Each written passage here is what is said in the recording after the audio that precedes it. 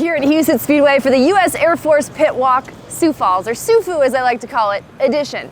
Starting out here, Hensch's Racing Polaris just behind us. I did some digging last week in my off time and I wanted to figure out career points. I'm like, that's interesting. That's one stat category that I haven't looked at, and I did find out that of all the current racers, who has the most career points? It's this guy, Cody Cam. Cody Cam, who one night ago, round 9, had a superb night in qualifying. And he was in such a prime position before that dismount in the final. But that is gonna happen. I would say that's kind of a byproduct of the track that we had in the last round. And that is also a product of the conditions. The weather's gonna play into that. Track's gnarly. Track had some deep holes in it. It faced a lot of riders with a lot of challenges. So that was tough for Cody, but expect him to rebound tonight. 221, Dan Benham. He was so consistent all night in the final, ended up P2. I believe that was his 3rd or 4th podium of the season. So Dan Benham back up on the box, and he gave credit to his teammate Jacob Yerk, who was in his ear throughout. So great dynamic between those two.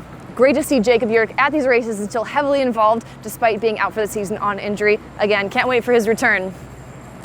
Judnick Motorsports Polaris, Emil Haar, how about that guy, number 31, charging from the back, made his way up into 3rd. Incredible run from the number 31, who again has had a bit of a trying year, so confidence booster right then and there for Emil Haar. Philip Haar, also his brother for Pro Light, back in action this weekend at Huset's, Shearing Speed Sports. Okay, a couple of notes here. I also want to do some historical digging on Logan Christian. I've been asking myself, you know, we've seen him up on the box so many times. He's been getting pole shots, been so strong in the qualifiers. Could this be Logan Christian's best season yet? Well, as of right now, he is tied for his 3rd best season yet. I think it's, I'm gonna go off on a safe bet and say that it's safe to say he will be on track for his 2nd best season yet. Trajectory for him to have his best season, time will tell, but it's far out. Warner Racing Skidoo, LaBelle. What else can we say? 9 in a row, but this time, this was different. When you think it can't get any better, it does. Guy rips the whole shot, had almost a perfect evening, and goes on to win the main event. 9 in a row, continues to ink history. Jordan LaBelle, now we're on to round 10. At the beginning of the season, I don't think it was fair to ask, can Jordan LaBelle go undefeated this year? But now, I think it's starting to, you know, start triggering the question for a lot of fans and those in the industry. It's not out of the question, but again, a few challengers that could absolutely dethrone him. Team Valley Polaris, we had seen Adam Peterson absolutely sending in round 9, expecting more of that from him. And Riley Bester, once again, back to his strong start. We've seen him start out the season that way. It seems to be, speak of the devil, we see Riley Bester just down there, was back on it last night. P2 has had a number of those this season. Skoquist race team, we did not see the number 27 for the Premier class lining up. Reason being, he was pretty bruised up after a crash in the qualifying rounds, but good news, he did get checked out. There are no broken bones. He's pretty sore in the ribs right now. And talking with Levi Ensrid earlier today, he says he's not sure if he's going to race today or line up to take starts. I'd be willing to bet that he is. They may actually be preserving him for next weekend at ERX. Very short turnaround with these back-to-back weekends. So time will tell what's going to happen with the number 27 as far as this weekend goes, and he was so pumped for this weekend. And he did look strong last night, so that was a really tough break for him. But in other news, for Skoquist race team Skidoo, they are going to be bringing on, rumor has it, another pro woman. No, it's not Alina Oman, but she did bring her stuff over there, Levi says. She has her race gear here, of course a former champion with AMSOIL Championship Snowcross and a world champion, but she hasn't been feeling it. But we're glad that she's around. And now I hear her sister, I think, is going to come race pro women as early as next weekend at ERX. So waiting for confirmation on that, but that's great news for the team and for the pro women's division. Coutu Motorsports Polaris, Travis Kern still out on injured reserve. Cole Coutu looked really fast in his qualifying last night. Unfortunately, jumped the start in the main event, so he got black flagged.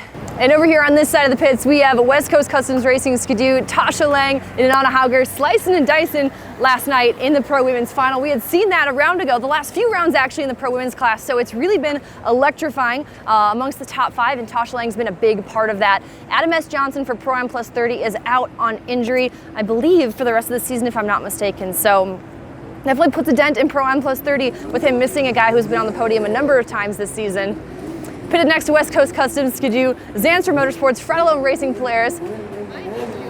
I need you. You keep saying 35 and I actually have 36 wins. 36 wins? I do. I even looked back and I looked at the list you sent me. So just got up with Malene Coutu. I was wrong. I'll own that. 36 career wins the woman has. So She said it's been tough these last few weeks. Again, we go back to that broken tailbone a few weeks ago at the regional. She has been spending no time on the sled between races. So Malene Coutu continues to go out there and flex her dominance, but that's not to say it's been easy for her by any means.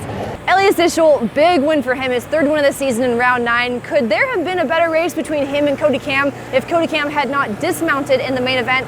Potentially. But regardless, the race we had seen from Elias, and this is what's scary for the rest of the field, is that injury that we heard about preseason. I think it's a non-factor at this point. Really only he can confirm that, but based on what we've seen on track and how he appears to be after the race and on the podium, I think it's a non-factor at this point. So look out, AMSOIL Pro Class. Elias Ischel, I think he's back to Elias Ischel peak form. So here we go, round 10 is on deck here at Huset Speedway. Well, that's all I got for you here with the U.S. Air Force Pit Walk at the Octane Ink Snocross National, presented by TDS Trucking at Huset Speedway. And by the way, I would be amiss not to give a shout out to Todd Queering, Taylor Queering, Doug Johnson, the entire gang for having us here. Look at these pits. Pavement pits. How often do we get that? Almost never. Incredible. This whole place is world class. When they came back in here in 2020, reopened the gates at this speedway that was built in 1953 on a soybean field, they upgraded just about everything. And if you take a look at the grandstands at the suites, the entire roof was ripped off Labor Day weekend due to a big storm, so they've had to rebuild. And the fans here, however, they show up. They support racing. We know that from being here back in 2021, and they've continued to show up once again here this weekend. So we expect Saturday night to be a big one, potentially bigger and better than ever that we've had here in the tri-state area. So thanks for tuning into your U.S. Air Force Pit Walk here. I'm Haley Shanley here at Huset Speedway.